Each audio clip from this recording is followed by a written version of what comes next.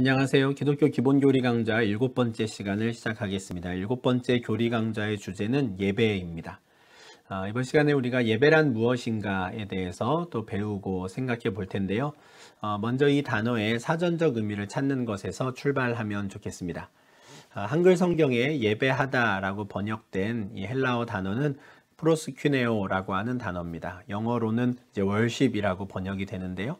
이 프로스큐네오라고 하는 단어의 사전적 의미를 찾아보면 절하다, 경배하다 이렇게 나옵니다. 절한다라는 것은 우리가 알고 있는 그 행동을 말합니다. 누군가 앞에 무릎을 꿇고 또 머리를 숙이고 조아리는 것이죠. 그렇지만 이것이 단지 그 행위 또는 그 모습만을 나타내지 않고 그렇게 누군가 앞에 무릎을 꿇고 엎드릴 때 그 사람의 마음을 표현하다 보니 이것이 경배하다라는 의미를 갖게 되고요. 그리고 우리 성경에는 이것이 예배하다 이렇게 번역이 되는 것입니다. 근데 예배하다라고 하는 단어를 한글 국어사전에서 한번 찾아보면 신이나 부처와 같은 초월적 존재 앞에 경배하는 의식 또는 그런 의식을 행하는 것 이렇게 나옵니다. 그러니 단지 기독교에서만 이 예배하다라는 말을 쓸 수 있는 것이 아니고요. 초월적 존재를 섬기는 모든 종교에서도 똑같이 이 예배 또는 예배하다라는 말을 쓸 수 있는 것입니다. 그러다 보면 당연히 중요한 것은 예배의 대상이 누구인가 하는 점이 되겠죠. 예배의 대상이 누구인가에 따라서 이제는 각기 다른 종교가 되는 것입니다.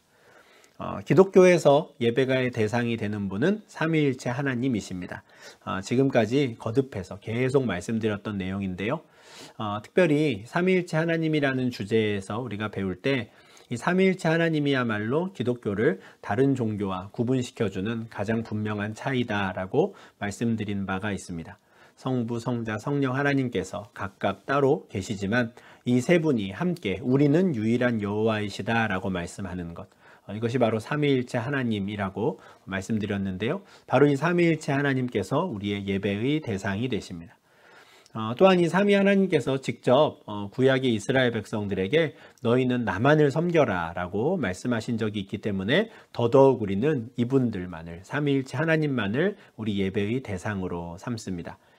출애굽기 20장 3절과 신명기 5장 7절에서 이 여호와 하나님께서 너는 나 외에는 다른 신들을 내게 두지 말라라고 하시면서 예배의 대상은, 너희의 섬김의 대상은 오직 나뿐이어야 한다라고 말씀하신 적이 있습니다. 신명기 6장 14절에서는 너희는 다른 신들 곧 내 사면에 있는 백성의 신들을 따르지 말라라고 하셨습니다. 근데 이런 말씀들을 볼 때 우리가 주의해야 할 점이 있습니다. 여호와 하나님께서, 삼위일체 하나님께서 이 땅에 있는 다른 우상들, 다른 신들도 다 인정하시는데 그 중에서도 내가 가장 크고 강한 신이니 나를 섬겨라 라고 말씀하신 것이 아닙니다. 출애굽기와 신명기의 이런 말씀들은 하나님께서 최대한 우리 수준으로 맞춰서 하신 말씀입니다. 삼위 하나님 외에 다른 모든 것은 헛된 것이죠. 거짓입니다. 존재가 없습니다. 근데 타락한 인간이 하나님께 돌려야 할 그 영광을 이제는 짐승과 또는 다른 자연 만물에게 그 영광을 돌리면서 우상들, 신이라고 불리는 많은 존재들을 만들어낸 것이죠. 그러니 사람들이 생각할 때는 신들이 많다고 말하는 겁니다. 근데 그런 수준에서 하나님께서 출애굽기와 신명기와 같은 말씀을 주시는 것이죠. 너희가 다른 신들이 많다고 생각하겠지만 그것들은 다 헛된 것이니 너희는 나만을 섬겨라.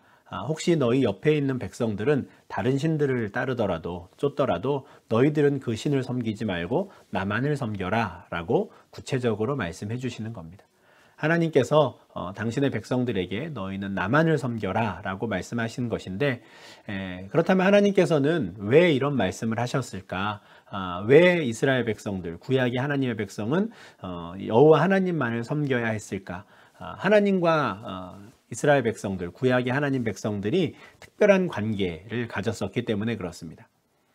출애굽기 20장 2절과 신명기 5장 6절에서 그 여호와 하나님은 그들에게 이렇게 말씀하십니다. 나는 너를 애굽 땅 종되었던 집에서 인도하여 낸 내 하나님 여호와니라.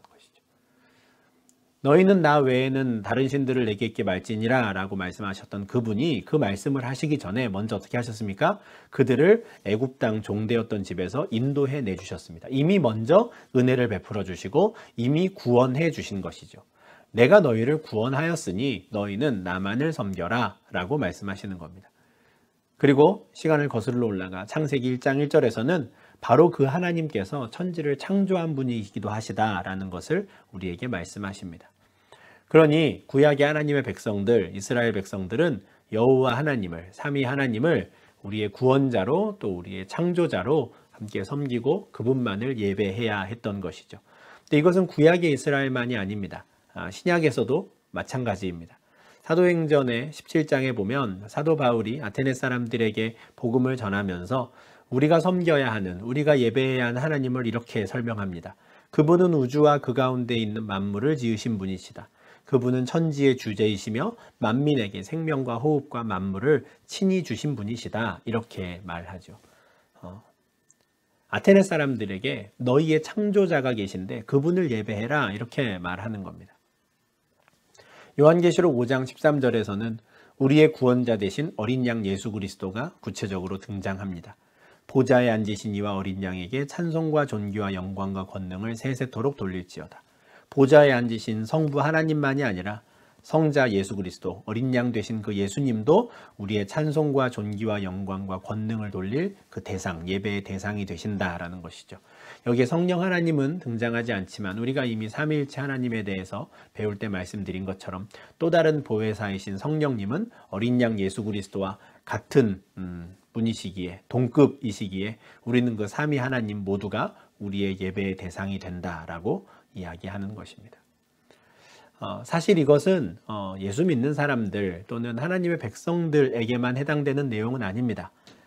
전도서 12장 13절을 보면 하나님을 경외하고 그의 명령들을 지키는 것이 모든 사람의 본분이다 라고 말해요. 본분이 뭡니까? 마땅히 해야 하는 일이죠. 하나님의 백성들, 구원받은 사람들만이 아니라 원래는 모든 사람들이 하나님을 경외하고 그의 명령을 지키는 것, 다시 말해서 하나님을 예배하는 것을 마땅히 해야 한다라는 말씀이에요. 그런데 왜 그렇게 하지 않습니까? 그들이 하나님을 인정하지 않기 때문에 그런 것이죠.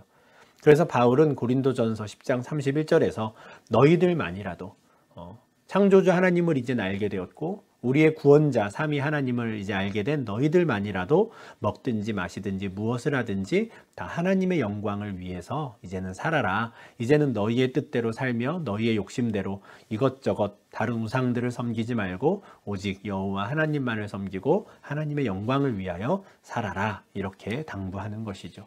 그것이 무엇입니까? 마땅히 모든 사람들이 해야 할 일, 바로 하나님을 예배하는 것이기 때문에 그렇습니다. 그렇다면 이제 우리는 예배의 대상을 알았고요. 그러면 이제 그 예배의 대상께 우리가 어떤 방법으로 예배하는 것이 합당한가를 배워야 합니다. 요한복음 4장 23절과 24절을 보면 이 땅에 있는 많은 사람들이 각자의 신을 부르고 각자의 신 앞에 가서 예배한다라고 하지만 하나님께서 말씀하시는 참된 예배라는 것이 있음을 알게 됩니다. 하나님께서 참되게 예배하는 자들은 영과 진리로 예배하는 것이다 라고 예수님을 통해서 우리에게 말씀해 주신 것이죠.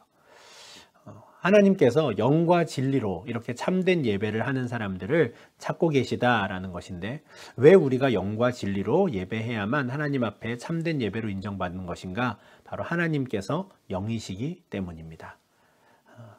그렇다면 이제 우리는 영과 진리로 예배하는 것이 무엇인지를 분명히 알아야 이제 합당한 방법으로 삼위 하나님께 예배를 드리게 될 텐데요. 요한복음 3장 5절을 보면 예수님께서 진실로 진실로 내게 이르노니 사람이 물과 성령으로 나지 아니하면 하나님의 나라에 들어갈 수 없느니라 라고 말씀하십니다. 사람이 물로 나는 것이 무엇입니까? 물세례를 받는 것이죠. 물세례는 예수 그리스도를 나의 구주로 고백하는 자들이 받는 것입니다. 누가 예수 그리스도를 구주로 고백할 수 있다고 말씀드렸습니까? 바로 성령으로 거듭난 자들이죠.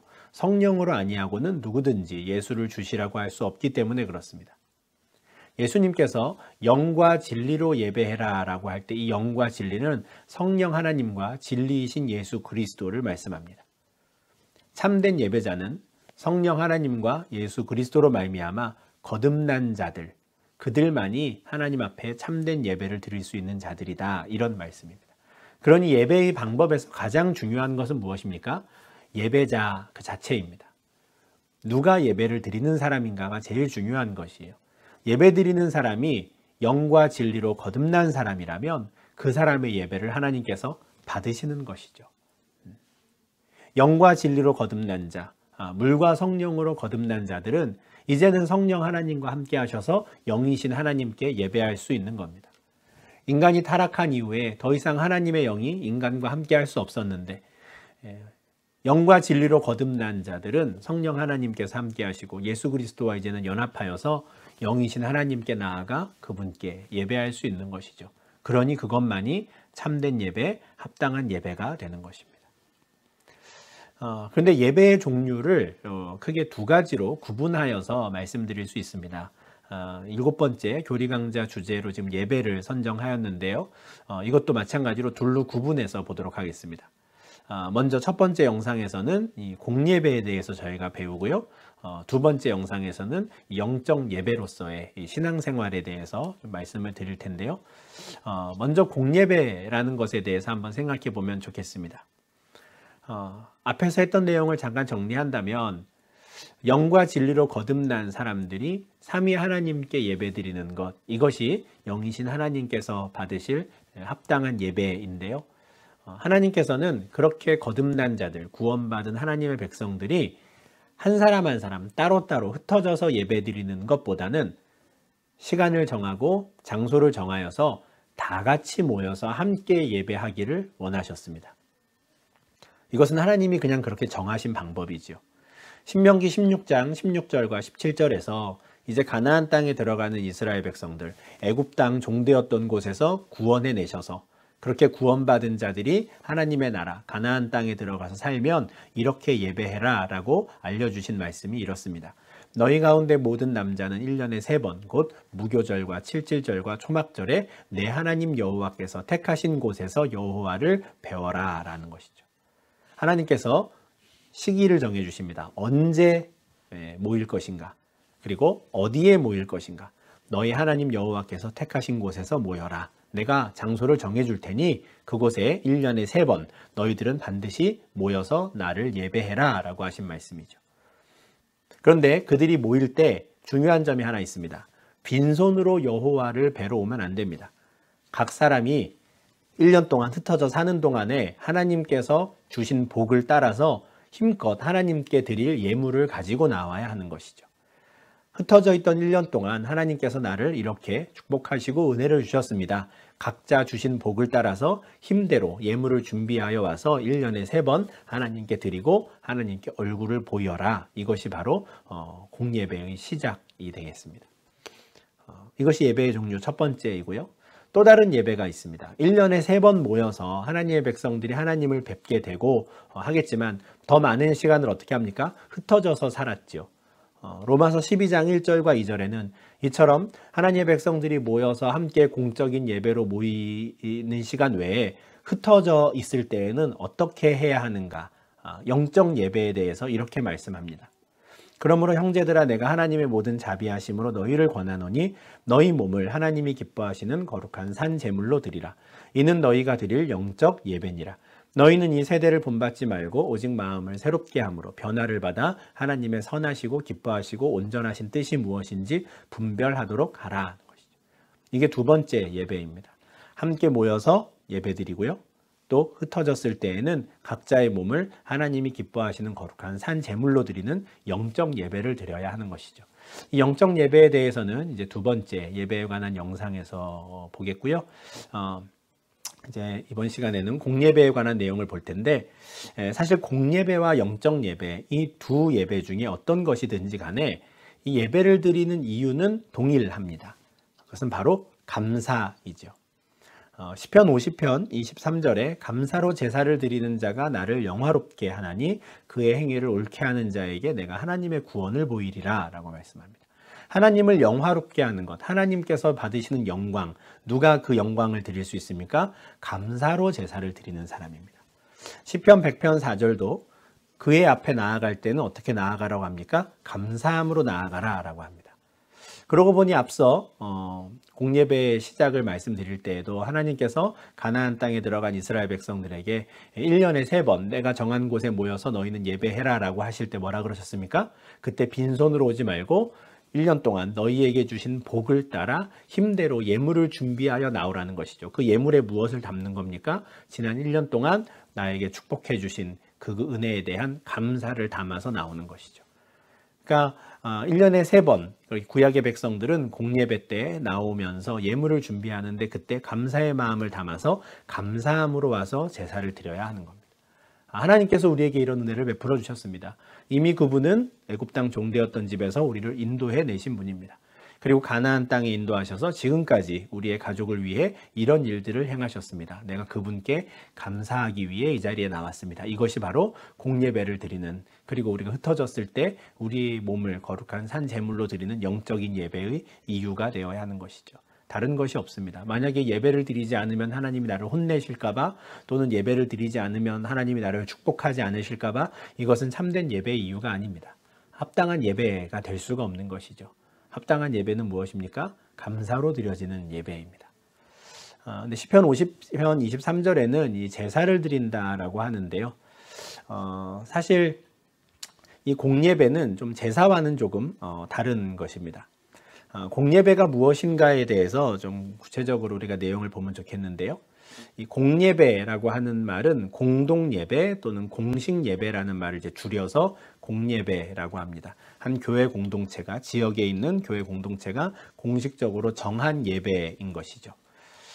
구원받은 하나님의 백성들이 정해진 시간, 정해진 장소에 모여서 드리는 예배입니다. 하나님께서 구약에서 3번의 절기를 정해주시고 하나님이 택하신 곳 예루살렘 성전을 정해주신 것처럼 정한 시간, 정한 장소에 구원받은 하나님 백성들이 모이는 것입니다. 물론 몇 명이 모이느냐는 중요하지 않습니다. 중요한 건 무엇입니까? 각각 구원받은 하나님 백성들이 약속한 시간과 장소에 한자리에 모여서 함께 예배드리는 것, 이것이 바로 공예배의 출발이죠. 그렇게 모인 자들이 함께 한마음이 되어서 하나님께 경배와 찬양과 기도와 헌금을 드리는 것입니다. 하나님께 무엇인가를 드리죠. 우리가 드릴 수 있는 감사와 찬양과 경배를 드리는 겁니다. 그리고 그 예배를 통해서 어떻게 합니까? 하나님으로부터 받습니다. 무엇을 받습니까? 말씀과 은혜와 응답과 하나님의 그 축복을 받습니다. 하나님께 드리고 하나님께 받는 것, 이것이 바로 예배이죠. 제가 어렸을 때는 예배 보러 간다 이런 말들을 많이 했습니다. 저희 할머니도 많이 쓰신 말인데요. 예배 보러 간다 했는데요. 이것을 지금 저희가 쓰지 않습니다. 예배한다, 예배 드린다 라고 말해요. 왜 그렇습니까? 예배는 그냥 구경하는 것이 아니기 때문에 그렇습니다. 예배는 나의 의지가 담긴 행위여야 합니다.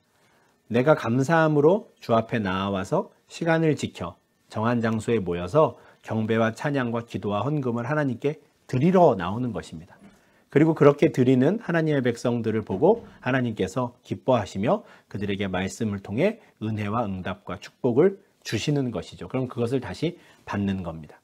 그렇게 하나님께 나와 먼저 드리고 또 하나님께로부터 온 은혜를 받은 자들이 그 다음에 어떻게 합니까? 성령으로 함께 교제하는 것, 교통하는 것, 이것이 바로 공예배입니다. 그래서 지금 기술이 발달해서 얼마든지 인터넷으로도 예배를 드릴 수 있고 하지만 정해진 시간, 정한 장소에 한자리에 모이는 것의 중요성은 성령으로 교통하기 위함입니다. 그냥 각자 따로 내가 하나님께 예배를 드리고 그냥 은혜를 받고 끝이 아니라 하나님이 원하시는 것은 하나님의 백성들이 함께 모여 서로 간에 또 교통하는 것이죠. 이에 대해서는 또 이후에 나오는 내용을 통해서 좀 더 말씀드리도록 하겠습니다. 이것이 바로 공예배입니다. 근데 앞서 드린 말씀처럼 구약에서는 이 함께 모여서 드리는 것이 제사였어요. 감사로 제사를 드리는 자가 나를 영화롭게 한다 그랬고, 레위기에 보면은 번제, 소제, 화목제, 속죄제, 속건제와 같은 다양한 제사의 형태들이 있었습니다. 이런 것들을 통해 하나님 백성들이 하나님을 만날 수 있었던 것이죠. 그러나 신약에서 이제는 공예배로 모여서 함께 말씀을 듣고 하나님께 예물을 드리고 경배를 드리고 하는 이 모든 행위들은 제사가 아닙니다. 우리는 제사를 드리기 위해 모이는 것이 아니죠. 히브리서 10장 11절부터 18절을 보면 이런 말씀이 있습니다. 제사장마다 매일 서서 섬기며 자주 같은 제사를 드리되 이 제사는 언제나 죄를 없게 하지 못하거니와 오직 그리스도는 죄를 위하여 한 영원한 제사를 드리시고 하나님 우편에 앉으사 그 후에 자기 원수들을 자기 발등상이 되게 하실 때까지 기다리시나니 그가 거룩하게 한 자들을 한 번의 제사로 영원히 온전하게 하셨느니라. 그러므로 어떻습니까? 다시 죄를 위하여 제사 드릴 것이 없느니라. 제사는 뭐냐면요, 죄를 지은 사람이 그 죄의 용서를 받기 위해 제물을 바치는 게 제사입니다. 그러나 신약 시대가 되어서 공예배로 모여 예배하는 것은 우리의 죄를 용서받기 위해 짐승의 제물을 드리기 위해 제사 드리러 모이는 게 아닙니다. 이미 예수 그리스도께서 단번에 드려진 그 제사로 이제 그 제사를 끝내시고 완성하셨습니다. 이제 구원받은 하나님의 백성들은 하나님과 관계가 끊어진 것이 완전히 회복되었기 때문에 계속해서 그 회복된 것을 내가 연결시키고 붙잡기 위해서 제사를 드릴 필요가 없는 것이죠. 이것이 신약의 예배와 구약의 제사의 가장 큰 차이입니다. 이미 우리는 구원받은 것에 대해서 감사하며 나와 하나님을 경배하는 것이죠. 구약의 제사와 또 신약의 예배의 또 다른 차이점이 하나 있습니다. 바로 안식일과 주일의 차이이죠. 지금 보여드리는 요 화면은 지금 2020년 5월달 달력인데요. 토요일에 보면 제가 어두운 회색으로 표시를 해 두었고요. 일요일에 이제 붉은색 계통으로 이제 표시를 해 놓았는데요. 안식일은 지금의 토요일입니다. 유대인들이 함께 모였던 안식일은 토요일이고요. 지금 우리가 예배를 드리기 위해서 모이는 날은 일요일, 주일입니다. 근데 왜 우리는 더 이상 구약과 같이 토요일, 안식일에 모여서 예배를 드리지 않고 일요일에 모여서 예배를 드리는가? 이 부분을 좀 말씀을 드리겠습니다. 제7일 안식일 교회와 같은 이단들에서는 이 부분을 가지고 기독교를 공격합니다.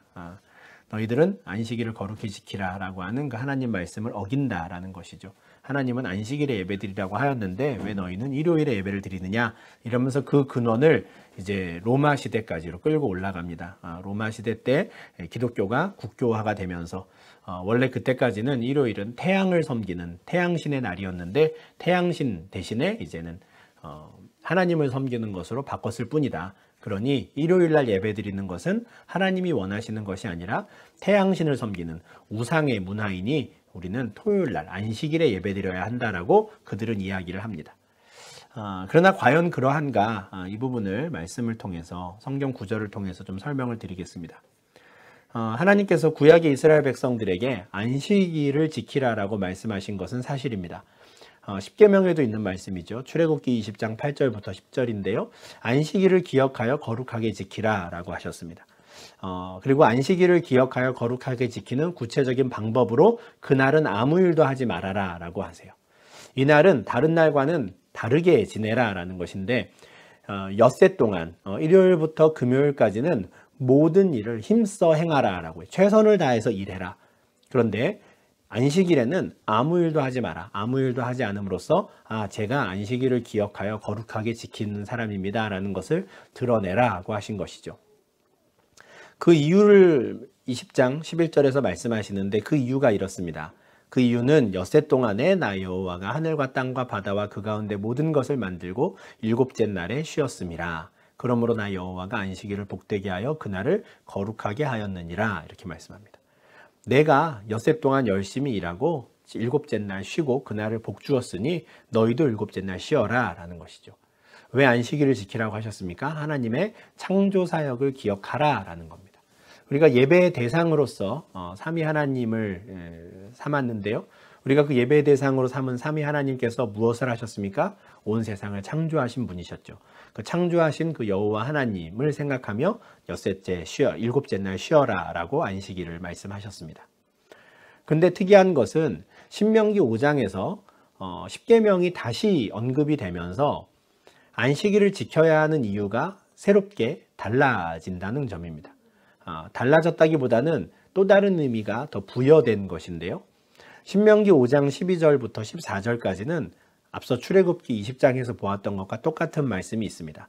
이스라엘 백성들은 안식일을 지켜 거룩하게 해야 합니다. 6일 동안은 열심히 일하지만 그날만은 아무 일도 하지 않으므로 안식일을 지켜야 합니다. 여기까지 똑같죠? 근데 그 이유가 달라집니다. 신명기 5장 15절인데요. 그 이유는 내가 애굽 땅에서 종이 되었더니 내 하나님 여호와가 강한 손과 편팔로 거기서 너를 인도하여 내었다. 그러니 너는 너에게 명령한 안식일을 지켜라 라고 말씀하시는 겁니다. 신명기 5장에서 이스라엘 백성들이 안식일을 지켜야 하는 이유는 무엇입니까?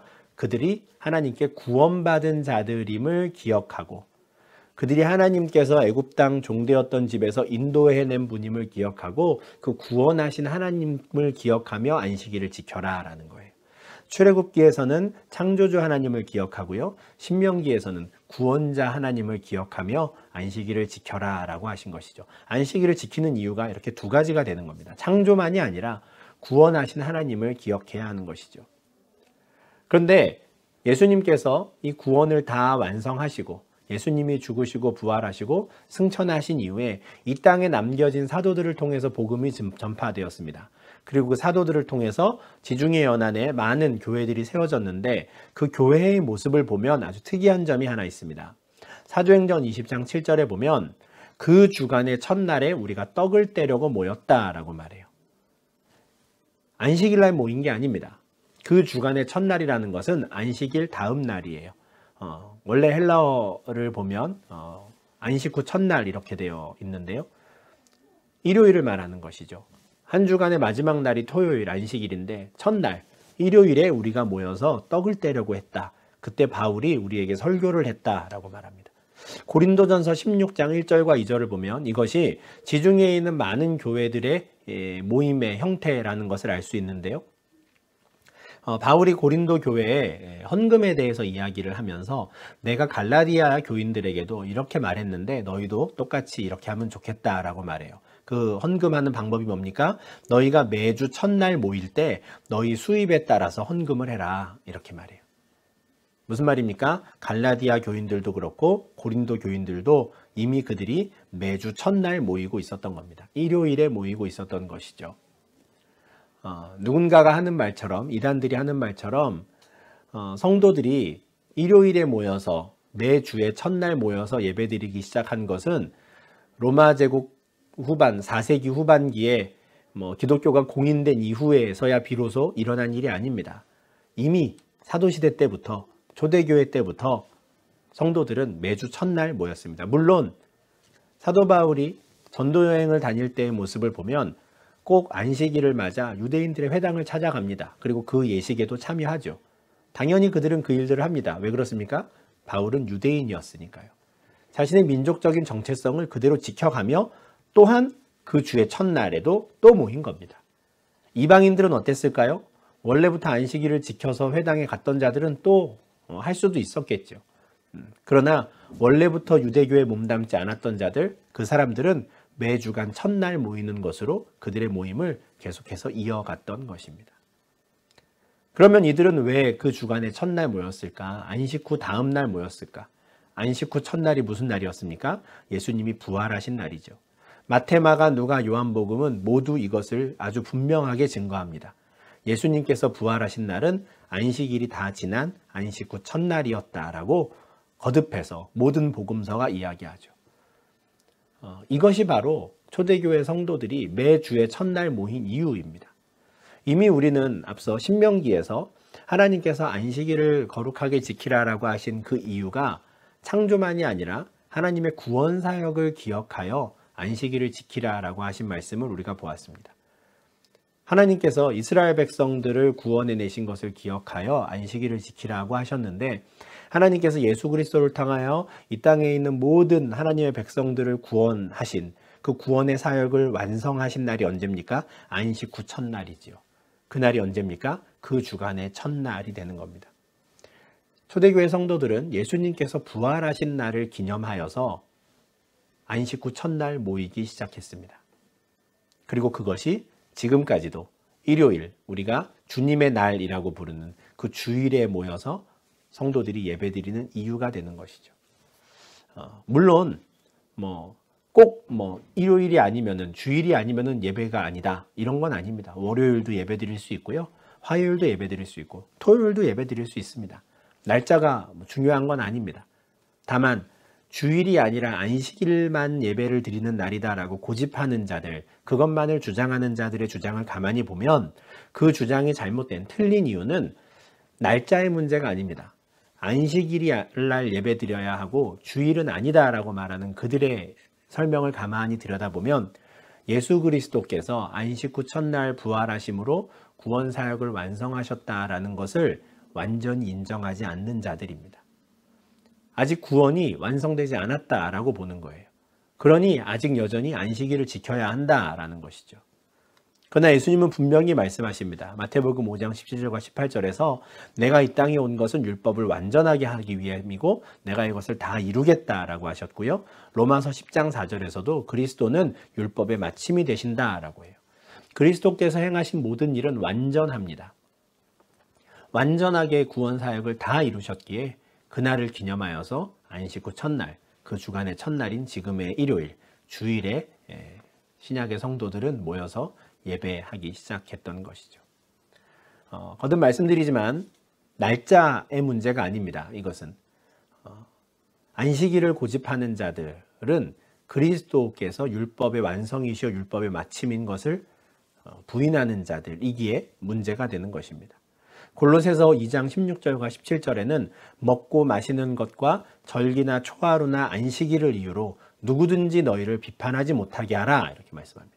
너희는 왜 안식일을 지키지 않느냐? 너희는 왜 유월절과 초막절을 지키지 않느냐? 너희는 왜 초하루, 월삭을 지키지 않느냐? 너희는 왜 율법에 따라 먹고 마시지 않느냐? 누구도 너희를 이렇게 비판하지 못하게 하라라는 것이죠. 왜 그렇습니까? 그 율법을 통해서 하신 말씀들은 그림자에 불과하다는 겁니다. 율법을 완성한 분은 그리스도이십니다. 완전하신 분, 우리는 이미 예수 그리스도를 보았고 만난 자들이고 그리스도께서 우리에게 베풀어 주신 은혜들을 완전한 그 구원에 대해서 그냥 감사하는 마음으로 우리는 주일을 지키고 그때 모여서 예배하는 것입니다. 그렇다면 주일에 모여서 함께 예배하는 더 이상 제사가 아니고요. 완전하게 모든 제사를 다 끝내신 예수 그리스도께 감사하는 마음으로 성도들이 한자리에 모였을 때 어떤 방식으로 예배를 이제 드릴 것인가를 말씀드리겠습니다. 공예배에 포함되어야 하는 중요한 요소들이 있는데요. 이 요소들도 찾아내는 것, 파악하는 것은 성경을 근거로 합니다. 사도행전 2장 42절에 보면 예수를 믿고 교회 공동체로 들어온 사람들이 먼저 사도의 가르침을 받습니다. 지금의 설교에 해당되겠죠. 사도의 가르침을 받고 그 가르침에 따라서 서로 교제하고 떡을 떼고 기도하기를 힘씁니다. 교제하고 기도한다라는 것은 아마 쉽게 이해하실 겁니다. 근데 떡을 뗀다라는 것이 좀 특이한데요. 사도행전 2장 46절과 47절에 이런 말씀이 또 나옵니다. 날마다 마음을 같이하여 성전에 모이기를 힘씁니다. 정한 장소에 모이는 것이죠. 또 집을 또 정한 장소로 해서 또 모이기도 합니다. 이곳에서도 떡을 떼고요. 하나님을 찬미하죠. 떡을 뗀다라는 것이 거듭 나오는데요. 이것은 바로 성찬식을 의미합니다. 성찬식에 대해서는 나중에 또 8번째 주제에서 세례와 성찬에서 다시 말씀을 드릴 텐데 지금 사도행전 2장 42절, 46절, 47절에 나오는 이런 것들이 공예배의 요소가 됩니다. 사도의 가르침, 설교가 있고요. 교제하는 것이 있고요. 성찬이 있고 기도하고요. 또 하나님을 찬미하는 것, 찬양하는 것들, 이런 것들이 공예배의 요소로 들어가는 것이죠. 사실 이런 요소들은 가만히 보면 사도들도 그냥 아무것도 없는 상태에서 자신들이 이런 요소들을 예배의 형태를 만든 것은 아니고 이미 있었던 유대인들 회당의 예배 순서를 참고한 것으로 보입니다. 학자들이 유대인들이 이 회당에서 드린 그 예배 모임의 순서를 보면 이렇다고 합니다. 제일 먼저 신명기 6장 4절 말씀, 이스라엘아 들으라 라고 하는 우리 여호와 하나님은 오직 유일한 분이시다 라고 하는 것을 선포하는 것, 쉐마 이스라엘하고 유일한 하나님을 선포하는 것에서 이제 회당의 예배가 시작되는데요. 그 이후에 이제 정해진 기도문이 낭독됩니다. 하나만 할 수도 있고요. 여러 개를 할 수도 있는데 기도문이 낭독되고 또 모세오경과 예언서를 펴서 한 장씩 읽습니다. 그러면 각각 모세오경과 예언서 중에서 이제 해당되는 말씀을 설명하죠. 랍비들이 하는 일인데요. 그 읽혀진 구절에 대해서 설교를 합니다. 그리고 마지막으로 축복의 말로 이 예식이 끝나는데, 이런 예식의 형태가 거의 그대로 받아들여지되 조금은 각색 또는 달라지면서 초대교회 예배의 형태, 그리고 지금까지 이어지는 공예배의 형태에 출발이 되는 것 같습니다. 근데 유대인의 회당의 예배 순서에서 한 가지 없는 것이 있죠. 우리가 앞서 보았던 말씀에 떡을 떼는 장면입니다. 성찬이라고 하는 것이 유대인들에게는 없는데요. 그것은 당연하죠. 그것은 예수님께서 정하신 예식이기 때문에 그렇습니다. 예수님께서 이것을 행하여 나를 기념하라 하셨기 때문에 유대인들의 회당에서는 하지 않지만 그리스도인들, 성도들이 모였을 때에는 기도하고 말씀을 묵상하고 강론을 듣고 또 찬양하고 또 축복의 말도 함께 나누고 교제하지만 아울러 떡을 떼는 성찬을 하는 일이 있는 것입니다. 그래서 기독교의 공예배는 크게 두 가지로 나눌 수 있는데요. 예배의 형태와 또 성찬의 형태가 합쳐진 것으로 이야기할 수 있습니다. 오늘은 이번 시간에는 이 공예배의 요소 중에서 이제 왼쪽에 있는 예배에 관한 것만 다루고요. 성찬은 8번째 주제에서 좀 더 자세히 다루도록 하겠습니다. 이미 앞서 기도와 찬양, 말씀, 또 헌금, 또 어떤 축복 또는 교제 등과 같은 이 공예배의 요소에 대해서 말씀을 드렸는데 하나하나를 좀 자세히 보도록 하겠습니다. 먼저 공예배에서 꼭 반드시 포함되어야 하는 것은 찬양이 있습니다. 이사야 43장 21절에 보면 이 백성은 내가 나를 위하여 지었나니 나를 찬송하게 하려 함이니라 라고 말씀하죠. 하나님이 백성들을, 당신의 사람들을 창조한 이유가 무엇입니까? 나를 찬송하게 하시려고. 그러니 마땅히 한자리에 모든 하나님의 백성들이 모였을 때 그들이 한 목소리로 하나님을 찬양하는 것은 당연합니다. 요한계시록 19장 5절에서는 보좌에서 음성이 나서 하나님의 종들 곧 그를 경외하는 너희들아 작은 자나 큰 자나 다 우리 하나님께 찬송하라, 이런 말씀이 들렸다고 하는데요. 그를 경외하는 자들 누굽니까? 하나님을 예배하기 위해 모인 사람들. 그 사람들이 할 일은 하나님을 찬송하는 것입니다. 그러니 우리가 하나님을 찬양하는 것이 꼭 들어가는 것이죠. 물론 어떤 교단이라든가 또는 어떤 그 예배의 형태에 따라서 어떤 식으로 찬양을 할 것인가는 조금 다를 수 있습니다. 합창으로 할 것인가, 성가대가 찬양을 할 것인가, 아니면 각각을 순서를 어떻게 적절하게 배열해서 여러 가지 찬양의 형태들을 다 종합할 것인가, 이것은 각 교회 또는 교단에 따라서 또 어떤 형태로 드리는 예배냐에 따라서 달라질 수 있지만 찬양이라고 하는 요소가 공예배에 꼭 들어가야 한다라는 것은 중요한 사실입니다. 또한 기도가 반드시 포함되어야 합니다. 개인적으로도 기도할 수 있지만 다 같이 모여서 공동체를 위해서 한 목소리로 하나님께 기도하는 일이 꼭 필요한 것이죠. 요한복음 14장 13절과 14절에 보면 너희가 내 이름으로 무엇을 구하든지 내가 행하겠다라고 하시고요. 너희가 내 이름으로 구하면 내가 그것을 할 텐데 아버지께 너희가 기도할 때에는 내 이름으로 구해라 라고 거듭해서 말씀하시죠. 이것이 기도의 방법입니다. 누구에게 하냐면 예배의 대상이 되는 하나님 아버지께 기도를 드리는데, 기도할 때 예수의 이름으로 우리는 기도해야 합니다. 우리가 따로 그냥 혼자 독자적으로 하나님 앞에 갈 수 없기 때문에 그렇습니다. 언제나 중보자 되신 예수 그리스도와 함께 하나님 앞에 나아가야 하기 때문에 하나님께 드리는 기도도 예수 그리스도로 말미암아 드려져야 하는 것이죠. 개인 기도도 그렇고 또 함께 모여서 예배할 때 드리는 이 공예배에서 드리는 기도도 그러한데요. 개인 기도와 공예배가 조금 다른 점이 하나 있습니다. 공예배에서 대표로 기도할 때에는 어느 한 사람의 개인 기도가 아니기 때문에 이 모든 공동체를 위한 꼭 기도해야 되는 요소들이 있는데 그 5가지를 저희가 이야기할 수 있습니다. 먼저 하나님께 영광을 드리는 기도문으로 이제 시작을 합니다. 우리를 한자리에 불러주시고 은혜를 베풀어 주시고 일주일 동안 우리를 지켜주신 그 하나님께 감사하고 영광을 돌리는 것이죠. 하나님께 영광을 돌리고 하나님께 은혜에 감사하는 일을 먼저 하는 것입니다. 앞서 하나님께서 구약에서 신명기 16장에서 1년 동안 흩어져 있던 하나님 백성들이 절기를 맞아 예루살렘으로 모일 때에는 하나님께서 주신 복에 따라 힘대로 준비하여서 오라라고 하였는데 감사함으로 나와야 하는 것이죠. 그러니 받은 복을 헤아리며 하나님께 나와 하나님께 영광을 돌리고 하나님께 감사하는 것입니다. 그렇지만 또한 대표해서 이 공동체를 대표해서 우리가 죄를 자백하고 또 하나님께서 용서해 주시기를 구하는 회개의 기도가 또한 반드시 들어가야 합니다.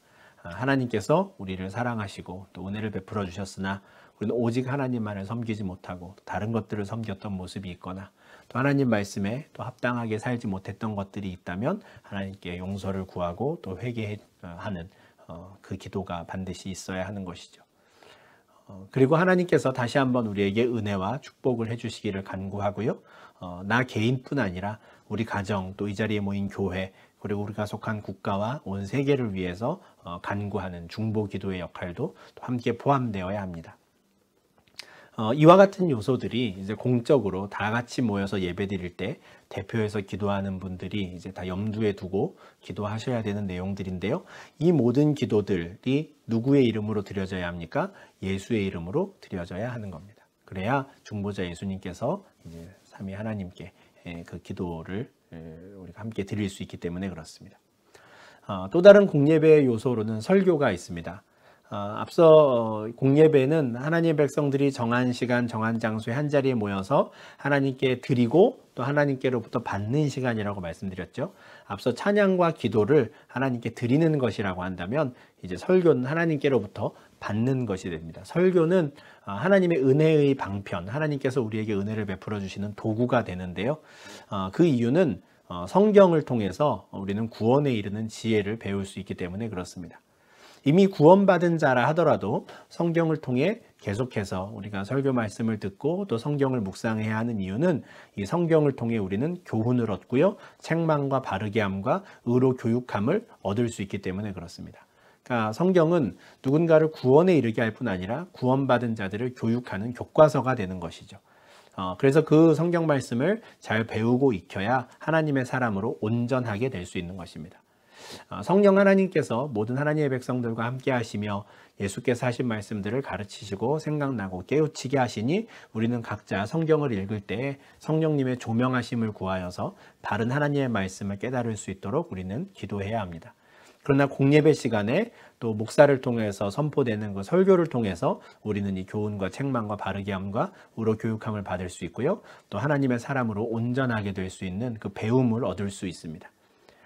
왜냐하면 하나님께서 또 각 교회를 위해서 사도로 선지자로 복음 전하는 자 또는 목사와 교사들을 세우셔서 이 성경을 가르치게 하시고 선포하게 하시기 때문입니다. 그렇게 하시는 이유가 무엇입니까? 성도를 온전하게 하여서 그리스도의 몸을 세우게 하기 위함이죠. 그리스도의 몸, 이것이 바로 교회라고 우리가 앞서 6번째 시간에 말씀드렸습니다. 그죠? 그 교회 공동체로 모여서 함께 예배할 때 선포되는 말씀을 목사를 통해서 또는 성경 교사를 통해서 가르쳐지는 그 말씀들을 통해서 우리 각각의 성도들이 온전하게 되고 그리스도의 몸이 세워져 가는 것이죠. 이것이 무엇입니까? 하나님께로부터 오는 그 은혜입니다. 그 복을 받는 것이죠. 또 다른 공예배의 요소가 있습니다. 헌금입니다. 빈손으로 여호와를 뵈러 나오지 말라라고 신명기 16장 17절에서 하신 말씀을 우리는 이미 보았습니다. 고린도후서 9장 7절에서도 사도 바울은 헌금에 대해서 이렇게 말합니다. 각각 그 마음에 정한 대로 하라라는 거예요. 누가 정해주는 것이 아닙니다. 하나님 앞에 나올 때 자기가 받은 복에 따라서 헌금을 준비해서 오는 것이죠. 그러나 인색함으로도 하지 말고 억지로도 하지 말라라고 합니다. 인색하게라는 건 더 즐거운 마음으로 할 수 있는데 애써 아끼는 것이고요. 억지로 하는 것은 내 마음이 내키지 않는데 다른 사람들 시선이 신경 쓰여서 괜히 더 많이 하는 겁니다. 둘 다 그렇게 하지 말라는 거예요. 인색함으로나 억지로 하지 말고요. 내 마음의 기쁨으로 즐거운 마음으로 할 수 있는 만큼 해라. 그것으로 된다라는 것이죠. 어느 정도가 인색함이고 어느 정도가 억지로 하는 것인가 이것은 자기만 압니다. 각자의 기준이 있는 것이죠. 각자 받은 복을 따라서 각자 하나님의 은혜를 생각하는 대로 내가 이 정도는 즐거운 마음으로 하나님 앞에 드릴 수 있습니다. 하나님께서 나에게 주신 것들을 헤아려 나는 이런 예물을 준비하였습니다 라고 가지고 올 수 있는 것이죠. 헌금도 또한 찬양과 또 기도와 같이 하나님께 드리는 것이고요. 이처럼 예배는 하나님께 드리고 또 설교나 또 다른 것들을 통해서 하나님께 예배하신 은혜들을 우리가 받는 것, 이런 일들이 일어나는 겁니다. 이런 예배를 통해서 어떻게 합니까? 평강이 하나님이 우리를 온전하게 하시고 거룩하게 하십니다. 그럼 그것으로 끝나는 게 아니죠. 성도의 교제가 이어져야 합니다. 거룩하게 입맞춤으로 모든 형제에게 문안하라라고 데살로니가 전서에 말씀이 있는데요. 이 거룩한 입맞춤이라는 것은요. 예수님께서 제자들에게 요한복음 20장에서 성령을 받으라라고 하시면서 입김을 이렇게 후 하고 불어 넣으신 적이 있습니다. 그것에서 기원한 표현입니다. 이미 거룩하게 된 자들이 그 성령 안에서 교제하는 것이죠. 서로 간의 입맞춤하고 서로 간의 안부를 묻는 것을 통해서 성도 간의 거룩한 교제가 이루어지는 것입니다. 함께 모여서 우리를 불러주신 하나님 앞에 예배하고 찬양하고 경배를 드리고 설교를 통해 하나님께서 주신 은혜들을 받고요. 그렇게 하나님께서 각 사람을 온전하고 거룩하게 하시면 예배 이후에 각각의 성도들이 거룩하게 입맞춤 안으로 함으로 서로에게 문안하는 것이죠. 이것이 앞서 말씀드린 대로 요즘 같은 발달한 세상에 인터넷으로 나 혼자 예배를 드리고 하는 것으로 끝나서는 안 되는 이유입니다. 거룩한 입맞춤으로 서로에게 문안하고 성도 간의 교제가 이루어져야 하는 것이죠. 그렇기 때문에 정한 시간, 정한 장소에 모여서 예식에 맞추어 예배가 이루어지는 것이 중요하고요. 초대교회 성도들이 그러했던 것처럼 사도의 가르침을 따라 서로 교제하고 떡을 떼고요. 그리고 기도하고 찬양하기를 힘쓰는 모습들이 지금도 계속해서 나타나야 하는 것이죠. 예배의 종류에 대해서 이렇게 두 가지를 말씀드렸습니다. 공예배가 있고요. 함께 모여서 예배드리는 것이죠. 그리고 각자 삶의 영역에서 자기 몸을 거룩한 산 제물로 드리는 영적 예배가 있다라고 했는데, 이제 첫 번째 시간에는 공예배에 대해서 보았습니다. 이제 두 번째는 영적 예배로 우리가 드리는 어떤 삶의 모습, 신앙생활에 대해서 한번 생각해 보도록 하겠습니다. 그리고 다음 주에 8번째 주제로는 아까 예배에 대한 설명을 할 때 중간중간 말씀을 드렸던 것, 떡을 떼는 것, 성찬에 대한 것을 말씀을 드리겠는데요. 일단 이번 시간에는 예배란 무엇인가를 꼭 기억하시면 좋겠고요. 영과 진리로 거듭난 자들이 삼위 하나님께 드리는 것, 그것이 바로 참된 예배이며, 공예배는 그렇게 구원받은 자들이 정한 시간, 정한 장소에 모여 하나님께 찬양과 기도와 또 헌금과 경배를 드리고요. 또 하나님께서 설교와 또 성찬을 통해서 주시는 은혜를, 복을 받는 것이고, 그리고 이후에 거룩한 성도들이 함께 교제하는 것, 이것이 바로 공예배다라는 것을 꼭 기억하시면 좋겠습니다. 이제 다음 회차에서 우리가 거룩한 산제사로 드려야 하는 우리의 영적 예배에 대해서, 우리 신앙생활에 대해서 배우도록 하겠습니다. 감사합니다.